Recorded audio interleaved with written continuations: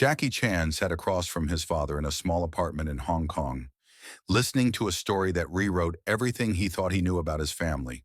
He was already in his 40s, a global superstar who'd spent decades breaking bones and making films.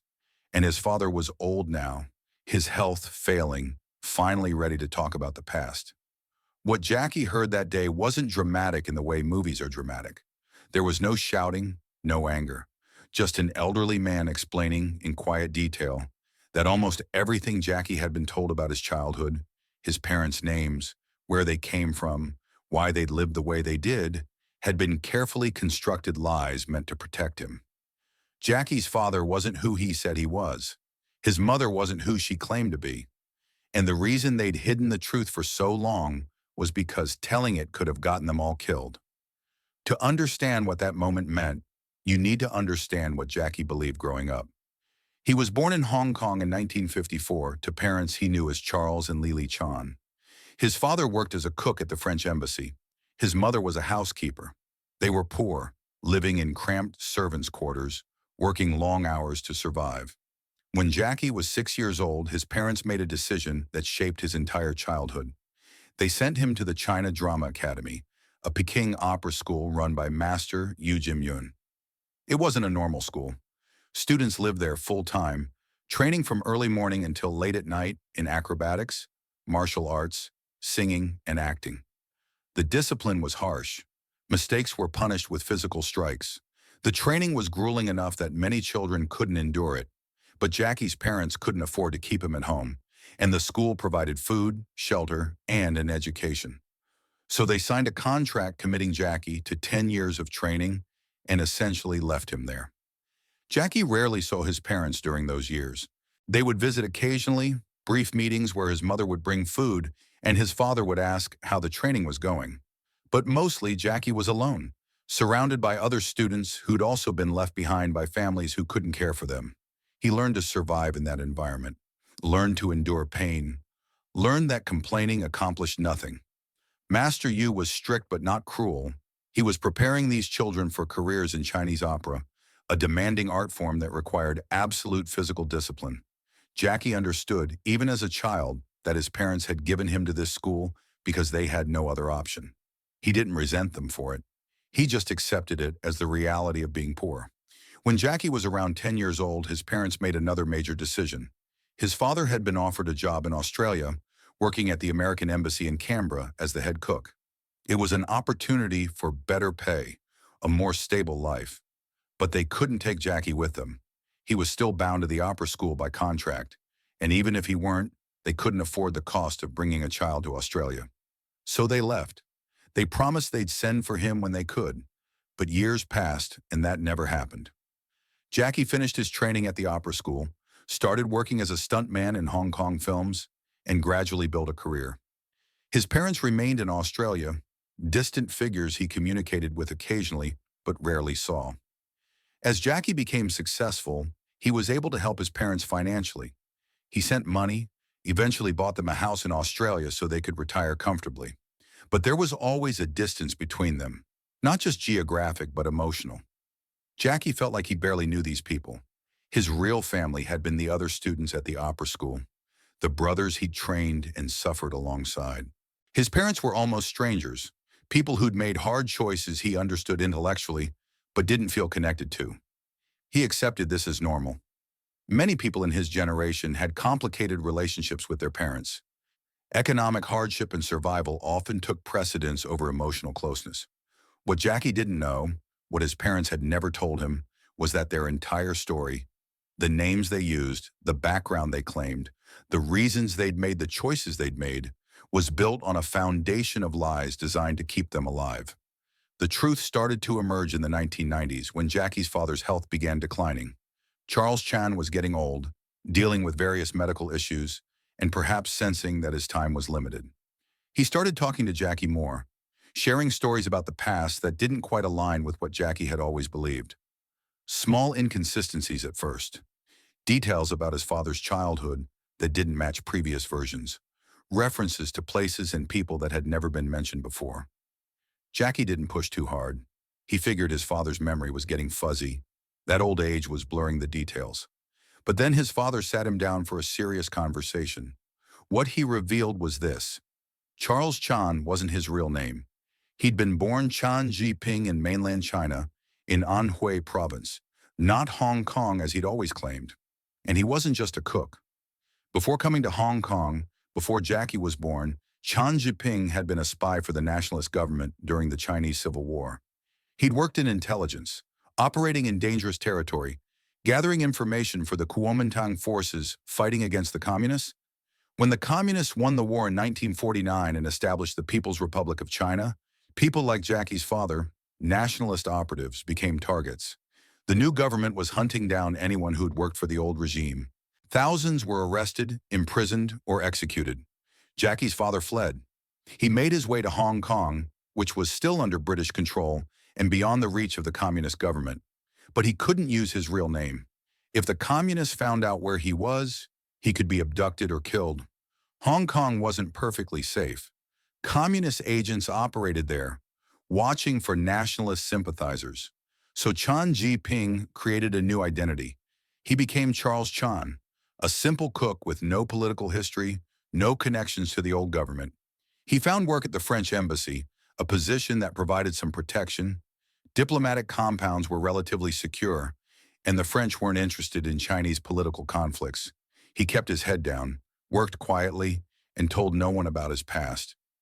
Jackie's mother had a similar story. Her real name wasn't Li. She'd also fled mainland China under dangerous circumstances, also reinvented herself in Hong Kong. The details of her past were complicated. There were things even she hadn't told Jackie's father, aspects of her history she'd kept hidden. What mattered was that both of Jackie's parents were refugees living under false identities, constantly aware that their real histories could surface and destroy them. When they had Jackie, they made a decision to never tell him the truth. If he didn't know who they really were, he couldn't accidentally reveal it. Children talk, children make mistakes, and a single slip could expose the whole family. So they raised him believing a simplified version of their lives, one that kept him safe through ignorance. Jackie sat there processing this information. His father explained why they'd sent him to the opera school, not just because they were poor, though that was true, but because the school was a safe place, isolated from the political tensions that could have endangered Jackie if he'd stayed with them. He explained why they'd gone to Australia. The job offer was real, but it was also an opportunity to put even more distance between themselves and potential threats from mainland China. Australia was far enough away that communist agents were unlikely to follow. It was a fresh start in a place where their past couldn't reach them. And he explained why they'd never told Jackie any of this before. Because as long as the communist government existed, as long as there was any possibility of retribution for old nationalist operatives, the secret had to be kept. Jackie's initial reaction wasn't dramatic. He didn't cry or get angry.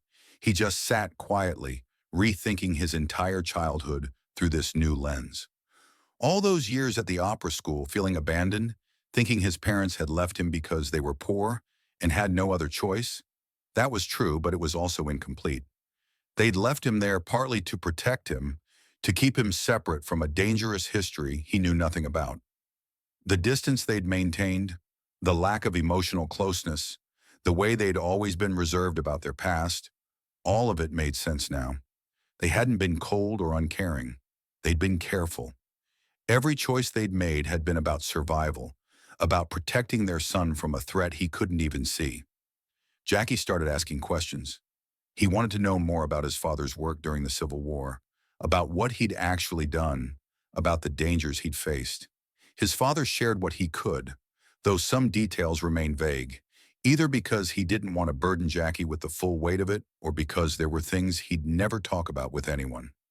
Jackie learned that his father had witnessed terrible things during the war, had made choices that probably haunted him, had lived with the knowledge that if the wrong people found him, everything he'd built, his family, his life in Hong Kong, his safety, could be destroyed in an instant. What struck Jackie most was the loneliness of it. His father had carried this secret for decades, never able to talk about his real past, never able to fully relax, always maintaining a false identity. Even with his own son, even as Jackie became successful and famous, The secret had to be kept because the danger hadn't fully passed. Jackie thought about how isolating that must have been, how exhausting to live your entire life as someone else, to never be able to tell the truth about who you were or where you came from. Jackie also started to understand his mother differently. She'd been even more secretive than his father, even less willing to discuss her past. After his father's revelation, Jackie tried to learn more about her history, but she remained guarded. What he did discover was that her story was complicated in ways that intersected with the political chaos of mid-20th century China.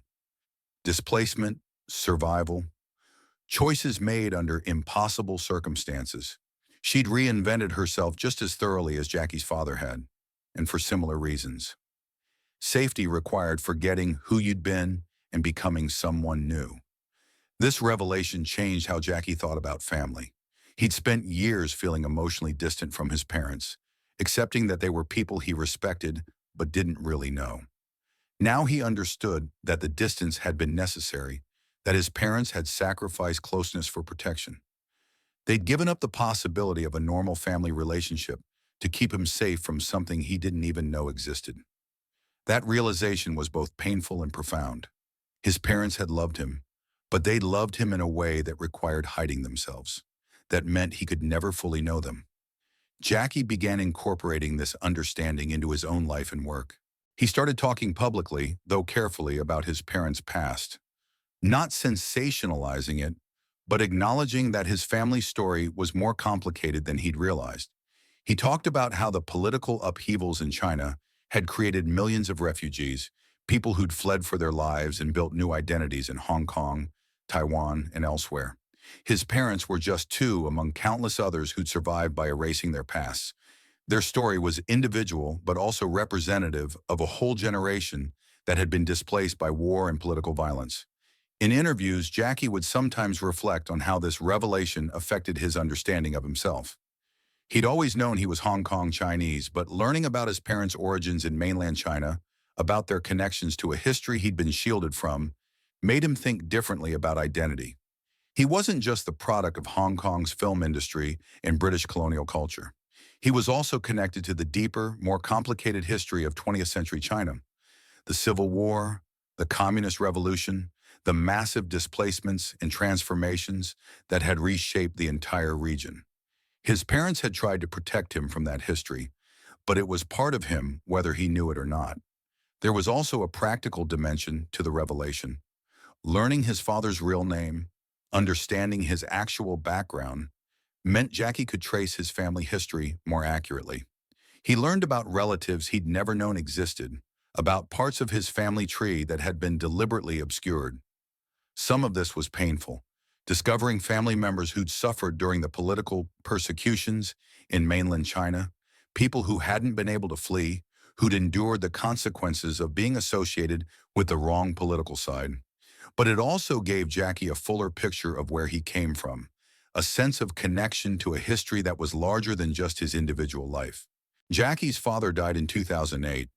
By that point, the political situation had changed enough that the old secrets didn't carry the same danger. The communist government was still in power in mainland China, but it wasn't actively hunting down elderly nationalist operatives from a war that had ended nearly 60 years earlier. Jackie's father could have lived his final years under his real name if he'd wanted to, could have acknowledged his past openly, but he didn't. He'd been Charles Chan for so long that it had become who he was. The false identity had replaced the real one, not because he had to maintain it anymore, but because it was all he knew. After his father's death, Jackie talked about how strange it was to mourn someone whose real name he'd only learned late in life. He'd known his father as Charles, had called him that for decades, and even knowing the truth didn't change that relationship. The man Jackie remembered was Charles Chan, the quiet cook who'd worked hard and sent his son to opera school and eventually retired in Australia. Zhi-ping, the nationalist spy, was almost a different person, someone Jackie understood intellectually but had never actually known. The moral of this story, if there is one, isn't simple. It's not about the importance of honesty or the damage secrets can do, because in this case, the secrets were necessary. Jackie's parents lied to protect him, and that protection worked. He grew up safe, unaware of dangers that could have harmed him if he'd known too much. The lies were an act of love, even if they created distance and confusion. What the story reveals is something more complicated, that family is often built on sacrifices that children don't see, that the people who raise you carry histories and burdens you may never fully understand, that love sometimes means hiding yourself to protect the people you care about. Jackie has said in interviews that learning the truth about his father didn't change his feelings, but it did deepen his understanding. He'd spent years thinking his parents were simply poor working people who'd done their best in difficult circumstances. That was true, but it was incomplete. They were also survivors of political violence, people who'd lost their identities to stay alive, who'd built new lives in a place where they'd always be outsiders. The fact that they'd managed to raise a child, to give him opportunities, to watch him become successful, all while carrying the weight of a dangerous past, was remarkable. In his later years, Jackie became more interested in preserving his family's real history, in making sure the truth was documented before it was lost. He talked about his father's past in his autobiography, not to sensationalize it, but to acknowledge it as part of his family's story. He wanted his own children to know where they came from, to understand that their grandfather had been more than just a cook, that their family tree included people who'd survived extraordinary circumstances. The story of Jackie's father's secret is ultimately a story about identity and survival. Charles Chan, or Zhi-ping, lived most of his life as someone he wasn't, maintaining a false identity so thoroughly that even his son believed it. That kind of sustained deception requires enormous discipline, an ability to lock away your real self and never let it surface. It's a form of sacrifice that doesn't get acknowledged because it's invisible. Jackie's father didn't give up wealth or comfort for his son. He gave up his own identity, his own history, the ability to ever fully be himself. And he did it quietly, without complaint, because that's what survival required. Jackie learned this truth as an adult, when he was already famous, already secure, already past the point where his father's old secrets could harm him. But the revelation still mattered. It changed how he understood his childhood, his relationship with his parents, and his own place in a larger historical narrative. He'd grown up thinking he was just a poor kid from Hong Kong who'd gotten lucky in the film industry. What he learned was that he was the son of refugees, the descendant of people who'd survived political violence and reinvented themselves in a new place, carrying secrets that protected their family at the cost of their own histories. That understanding, that family is complicated, that love sometimes looks like distance, that the people who raise you carry burdens you may never see, is what Jackie took from learning his father's secret. It didn't make his childhood make more sense. It made it make less sense in some ways, adding layers of complexity to a story he'd thought was simple. But it also gave him a deeper appreciation for what his parents had done, for the choices they'd made under circumstances he couldn't fully imagine. They'd given him safety in ignorance, had kept him separate from a dangerous history so he could build his own life without that weight. And in the end, that separation, painful as it was, might have been the greatest gift they could give.